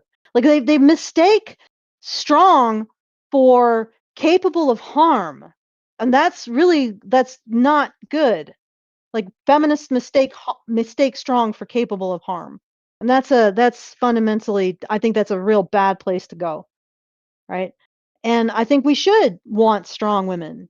Proverbs 31, that's a strong woman, right? Like the women I talk about, Mary Curie, taking her X-ray machine to the front in World War I, that's a strong woman.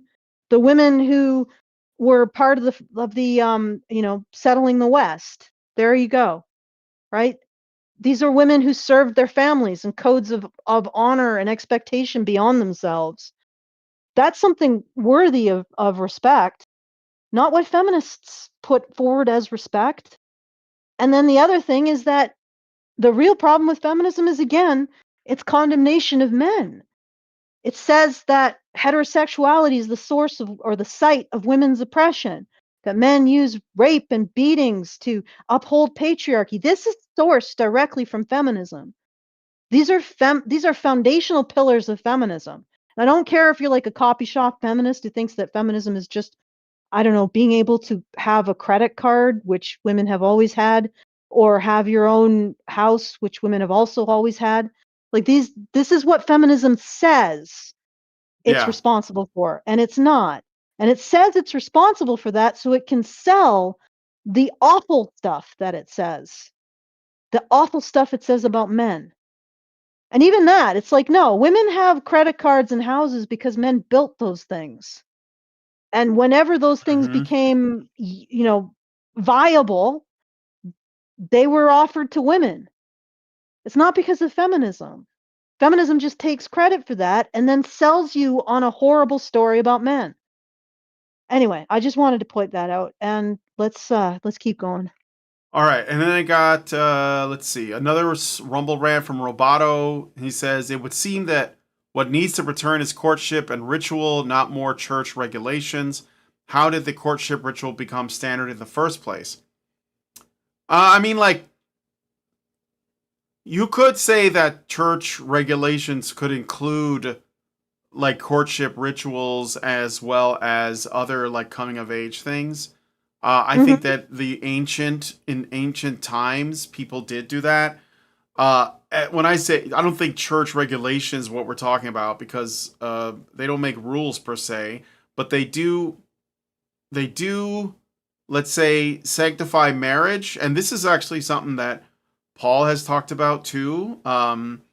Where I had lunch with Paul like not long ago, and we both are married. Now I married Lindsay through the courts because she's an immigrant, so I had to bring her here through the normal channels.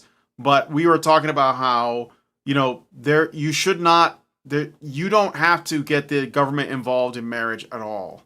And if a church marries you, that's not the same because the church is not associated with the government. But even then, you don't have to do it. And Paul has talked about this on his channel. So I guess like when you say church regulations, it seems like you're suggesting that you think the church is too involved in marriage as it is. Maybe I'm wrong. It just the way you phrased the question, but I would argue it's the state that's the problem, not the church. It's the state's involvement in marriage that causes, you know, all the divorces and all these other things. That and women's attitude towards marriage as being like this kind of disposable, frivolous thing, which, if you treat it like what it is, which is a sacrament, then people who get married will take that marriage seriously. But marriage has to mean something. And Mm-hmm. no law is going to make it mean something. It's got to be something that the people getting involved, feel passionately about. So, all right. So yeah, that was the last Rumble rant. Let's get into Oh, can yeah. I get in? Can I just respond to how this became? I think honestly, and I don't know if this hypothesis has ever been advanced. I think there's might be something to how the church changed the way people court and the idea of relationships that might have had a big part to why it spread. Because it is a quite a departure from what preceded it, right? And it does have its benefits, Yeah. and maybe that's part of what sold Christianity to people. And that's why in a lot of places, like especially in Northern Europe, where the way that Christianity moved was different or interesting. But that might have been a big part of why that so like why Christianity was sold in these communities, as it just provided a better model for human courtship, something that people responded to better. But anyway, we can continue. Okay. So back to the article. Let's see. Whether women consciously desired it or not, short term mating strategies gained greater influence after the third sexual revolution, created an environment in which women became far less dependent on male provisioning, thereby elevating their attraction to men's genetic quality indicators over long term resource potential. Men's God, mate preference. So you they just see, repeat themselves over and over again. yeah, they do. You see how they just say well, we had the third sexual revolution and here's what happened. And again, no one is saying, was that actually a good idea? Should we have had that happen? I don't know what they even mean by this third sexual revolution. They just act like, and they treat it like it was just this event that changed humanity in a way that can never be undone. So we're just going to go with that. So after that happened, here we are. That's, it's, I don't know. It's just dismissive without stopping to think, well, what exactly do you mean by what happened during or after the third sexual revolution? How did it create this environment? Is that a good thing? That's what I'm saying. Is it a good thing? Because it says here, it created an environment in which women became far less dependent on male provisioning, thereby elevating their attraction to men's genetic quality indicators over long-term resource potential. Genetic quality indicators. What do you mean? Yeah, this is like just entertaining their infatuations, their lust, right? Yeah, and also again, this assumes that these factors, like here's the thing: if these factors were so important for human reproduction, they would be more common. Okay? Yeah. Like and the idea that we have privileged a type of man and we refer to him as genetically fit is ridiculous. Like if you're going to say that a parasite is genetically, it's not. Like what we term alphas or what women are revolving around, they're not genetically fit. Like literally these men have problems. Genetic problems that lead them to not have the full complement of male hormones. Like the sociopaths that women are attracted to, they're attractive because they don't have vasopressin. So they have full access, like they don't have the custodial monitoring that vasopressin creates. So they have full access to women's suite of verbal fluency. Like these men are half women. And we're saying, oh, these are the alpha men. They're not. And this is why, I'm not kidding. Like they have a deficiency when it comes to their male bonding hormones. Right? They're deficient. Like they're not fully male. They haven't kicked in. Like they're just some kind of weird intersex kind of thing. And we're looking at these intersex individuals and we're saying these are the alphas because women are attracted to them because they're capable of generating a super stimulus, which is probably why they persist generation after generation. And in fact, it's probably not the males or the faux male, like the kind of, because I don't really want to call them male because they don't have the full suite of what a man is. So they're more like I don't want to say trans, but they're like an intersex almost. And they are able to emulate certain ways that men do that gains them more sexual access, but it may not be the ones with the external genitals that are the ones that are breeding. It's the ones with the internal genitals in that particular mental configuration. The female sociopaths. The male sociopaths don't really produce much of anything because they're freaking sociopaths. They don't produce things. They only consume. Right? And again, like the reason why I say they're deficient is because if you give them vasopressin, suddenly the appropriate male bonding starts to kick in. So that kind of not necessarily empathy, but that ability to recognize individuality, to recognize the subjectivity of other people, that starts to kick in. They start to act like men, as opposed to whatever this kind of non-man thing that they are. And we're like, our society is like, oh yes, this intersex condition, these are the alphas. I'm like, what? What? Hello? It's like we're all like freaking worshiping the eunuchs as the alpha males.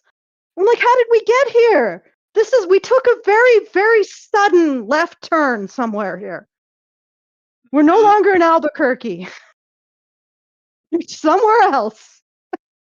And it's just because, again, these guys can create a super stimulus, and the reason why they can create a super stimulus is because they lack male parts, and that means they can look more like women. There's these types of fish, right? There was a type of fish. Karen used to use this example, and there is a male version of that fish that can look like a woman, or a female version. That's what Yeah. these so-called natural alphas are. They look like women because they lack parts of being a man. So they can emulate female behaviors, which to women becomes a sexual superstimulus. I'm like, yeah, that's not, we are a society that has called the sneaky fuckers that emulate female traits, we have elevated them to alphahood. I reject that on its face. I think this is incorrect. There is no way a guy who half of his brain is female is an alpha male. No way. Yeah, sure, he can fuck a bunch of women because he's a sneaky fucker and he emulates female behavior and that women get sucked in by that.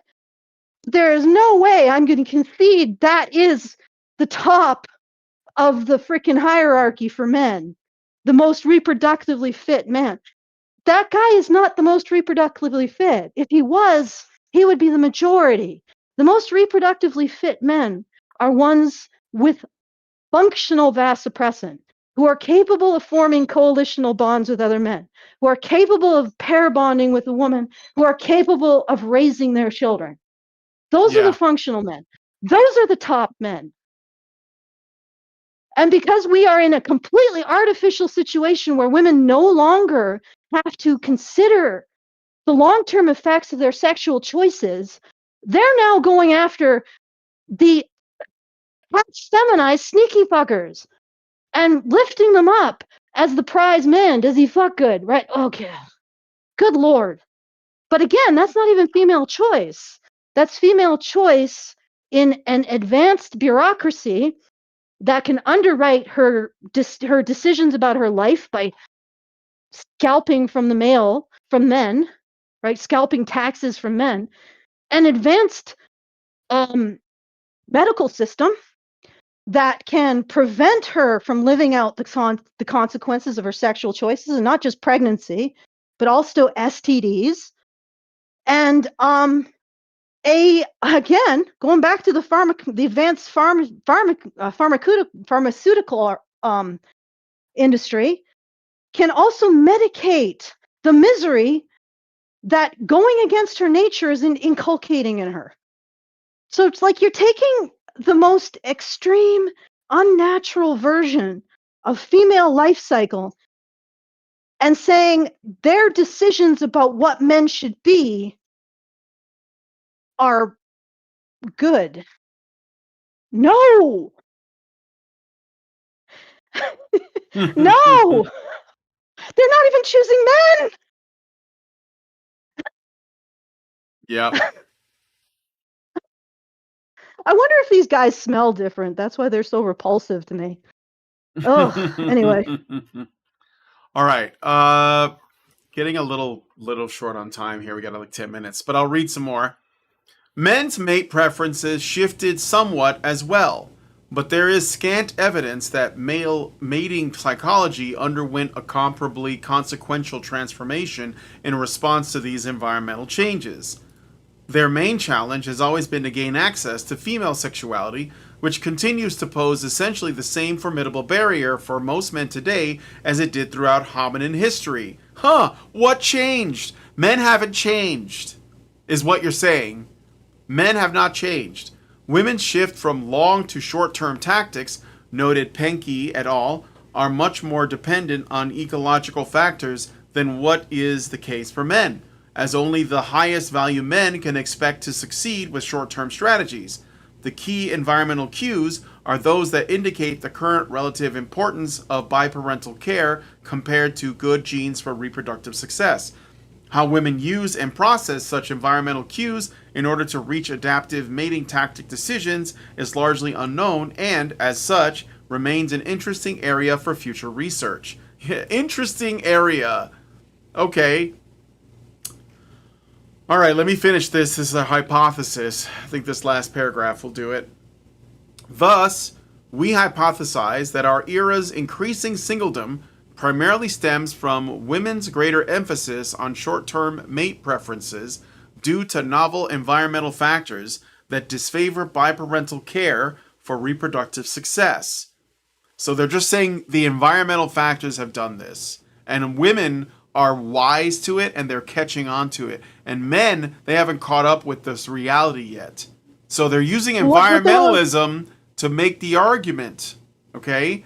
So this is related to the thing that Drayden Doris put out there. But anyway, having well-paying jobs as well as generous welfare puts families, or puts females, not families, heaven forbid, puts females in a position evocative of what they had in our great ape ancestors' promiscuous mating regimes. They can take care of children without the father's help. Okay, but here's the thing. The only reason why they have this situation is because men engage in biparental care. We don't have an advanced society without that, right? We just don't, because men are not going. Chimps don't do this stuff. They don't. They don't actually form coalitional bonds like human males do, right? Like chimps are not going to do something like storm a machine gun nest to save their fellow soldiers. Are you kidding me? And chimps are not going to tolerate a fellow chimp. A male chimp is not going to tolerate a male chimp that's injured, right? They're not going to take care of him, right? It's an end. Chimps constantly have dominance contests. Male chimps, constant dominance contests. Human men are characterized by having very stable hierarchies based on competence. And also a lot of altruistic behavior in their coalitional bonds that isn't seen anywhere else. Not based on kin selection either. Because you can smash together a whole bunch of men from all kinds of different places, and give them a shared threat or a shared goal, and they will work together. That is unheard of in the animal kingdom. That needs an explanation. And one of the explanations is paternal instinct. Okay? Like that is a foundational part of it. So we have paternal instinct is the oldest instinct for custodial care. Older than maternal instinct. And then on top of that, you have pair bonding, which is for men is another custodial instinct. It's a combination of custodial and sexual drive. And then you have coalition bonding on top of that, which is sort of like a pair bond, but not with the reproductive component. And it's distributed. So men form these coalitional bonds that are very powerful, very reciprocal, and involve a lot of altruism. And that needs an explanation, right? And you can't get there without pair bonding.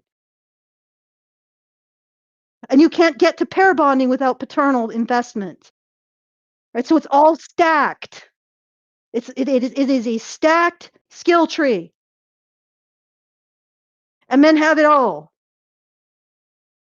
So this is absolute, and the only reason we have a bureaucracy extracting from women to give to men is because of the coalition. And this is so you're saying, all right, so we are going to have a situation where women in perpetuity are able to act like chimps and men continue to act like human beings. No, that's not sustainable. That's not going to last long, because eventually men are going to figure out that they don't get anything from it. All they do get is a bunch of women who fling shit. That's literally their only skill set. It's flinging their feces at people. Who the hell wants to sacrifice for that? Who the hell wants to build for that? Who wants to pay taxes for that? Who fleeing apes? Like, Yep. okay, let's continue. All right. Finish the Most paragraph. It's all right. Most women may not consciously want to solo parent, but it could still increase their fitness. This hypothesized mating equilibrium shift away from pair bonding could partly account for observed dating app patterns, as it would motivate women to allocate more of their mating effort towards the most desirable women or the most desirable men. So, oh man, here's the table. It looks like a lot. Um, a line of Are you modern gonna do that? pressures may influence No. women to No, what? no, leave the table. Leave the table alone. Let's not even touch that. That'll Okay. be, oh, good Lord. Like, this is like the leftist meme. Left Yeah, can't meme? yeah. No, it Like, is. the left can't create tables, guys. Look, it takes a Let lot alone of. memeing. It takes a lot. It takes a long time to say anything in old wokish. So you don't say anything unless it's worth taking a long time to say. So it takes a long time to cast a spell, is what I'm saying, and it requires a lot of words. And that's what they're. Yeah, like this is Literally just. what this is. Let me bring it down to brass tacks. They want men to continue to act like an advanced species while women go backwards on the evolutionary ladder. No, that's not Yeah. how it works. Right? No, you don't get to just start descending. I don't even know if it can be considered going backwards because female chimps still have offspring. You know, I Mm-hmm. don't know where it's just this. So women get to speed run backwards into an atavistic lifestyle, entirely structured around their worst impulses, their most self-destructive impulses. They're not even going to be happy. So everybody has to arrange themselves around this new lionized form of women's misery. Can you still hear me? Yeah. Yeah. I'm right Yeah, like here. we've deified this form of women's misery. So nobody's happy.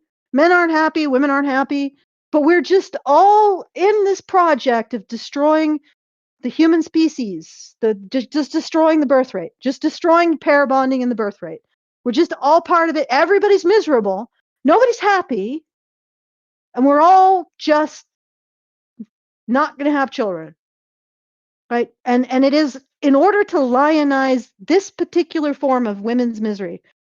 You know, maybe we could go back to, since everybody says women were miserable when they were wives and mothers like 100 years ago, even though they weren't.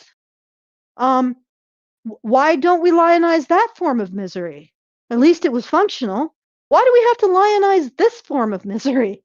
Like, why do we have to arrange our society along the lines of the loony bin? Like, you see what I'm saying? I mean, if misery is a constant, maybe it could be a functional misery. Like, Hmm. because this is, I think these people are like, oh, we're advocating for women's choice to be miserable, to be the most miserable they've ever been and throughout human history. Right? That's their choice. Maybe they shouldn't have a choice. Maybe men should be like, you're going to be happy. You're going to listen to me and you're going to be happy. And then the women will be like, you know what? Maybe I will. Maybe that will make me happier. Jesus. Because right now I don't know. I don't know. I don't think sacrificing all of society so the women could be more miserable than they've ever been in all of human history. I, I feel like that's not a good bargain. I don't know about you, Brian. Like, No, I don't. I feel like you're right. I feel like that's not really a great deal. let's sacrifice the human potential and our future on this planet for what? Well, to allow women to be more miserable than they've ever been. That's okay. That's our new project, everybody. Isn't it just bracing and inspiring? Okay. Oh man, this entire article is incoherent. Yeah. And again, Like maybe we could just start by getting rid of the $1 trillion industry that undercuts men's value as partners. Let's just start there. Maybe that might help. Little steps. Oh man. Or we could just throw more gasoline on the fire, see if that helps. Okay, unless you have something you want to say, I'll do No, I think all that's right. good. Okay, We'll so if we'll you have pick a it up. You as we do the rest of these. We'll do the rest of this. I think it's yeah, yeah. we'll just chip through it. Okay. If you guys have any like if you want to add to this, you want to tell me that you actually are stoked about the project to end human civilization in order to make women as miserable as fucking possible. Like just like this is our goal in life, all of us. We are arranged to construct the most miserable group of women in all of human history, and we are going to sacrifice everything to do it. If you are actually listening to this and saying, you know, that actually is really inspiring, you can send me you can yell at me for saying it might not be at feedthebadger.com/justthetip. It anytime after the show is over, and we will respond to that message as soon as we are talking about this subject again, which will probably be next week and many weeks after. So that once again, that's feedthebadger.com/justthetip. And also, if you want to support the show, that will be available at feedthebadger.com/support when I finish all of my machinations. And if you want to hear more about my analysis, you can go to badgernation.online. That's a link to our Discord. And yeah, and just get in our Discord. I talk at greater length about the things that we talk about on here, and a little bit more coherently because I tend to be more of a squirrel when I'm speaking. All right, back to you, Brian. Okay, well, if you guys like this video, please hit like, subscribe if you're not already subscribed, hit the bell for notifications, leave us a comment, let us know what you guys think about what we talked about on the show today, and share the video because sharing is caring. Thank you guys so much for coming on this episode of Maintaining Frame, and we will talk to you guys in the next one. Men's right activists are machines, dude. Okay? They are literal machines. They are talking point machines. They are impossible to fucking deal with, especially if you have like a couple dudes who have good memory on top of that too. Holy shit, you're fucked.